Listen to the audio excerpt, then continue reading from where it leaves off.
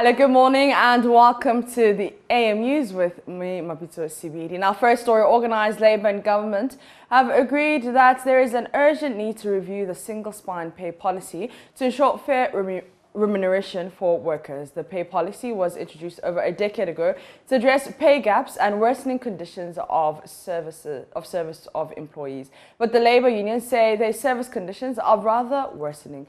Reading the communique at the end of the 2022 Labour Conference in Kwewu, Minister for Employment and Labour Relations, Ignatius Bafo-Awo, noted the review is expected to be completed by March and a roadmap for implementation adopted. Government should strengthen the capacity of the Labour Department and the National Labour Commission to enforce the labour laws and regulations as well as directives for the settlement of disputes. Government should enhance its commitment towards the effective and timely prevention of labour disputes by providing resources to the institutions established for the enforcement of labour laws, regulations, and the resolutions of disputes.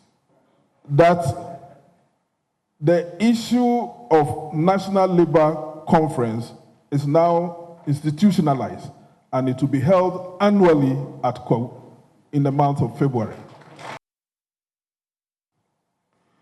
On our second thematic area, i.e. salaries, conditions of service, and productivities, these were the outcomes. Government should review the single spine pay policy to address the current issues of salary inequities, inequalities, weak salary administration, and weak management of conditions of service. In this regard, government should constitute a technical committee by end of March 2022 to undertake a preliminary review of the single spine pay policy, including cost implications, and advise government on addressing these issues. The review should be aligned to the next budget cycle. Thereafter, government should develop a roadmap of the implementation of the revised pay policy. To ensure sustainability in compensation payments, the social partners must work together to agree on a medium-term framework for adjustment of public sector pay and to work collectively to improve revenue mobilization. 12.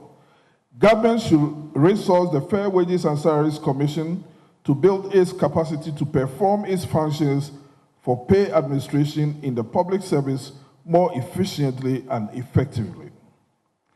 The social partners will work with government to review the legislative framework for pay administration in the public sector to support the reforms towards addressing issues including salaries inequities and irregularities, weak link between pay to productivity, and sustainability of the payroll.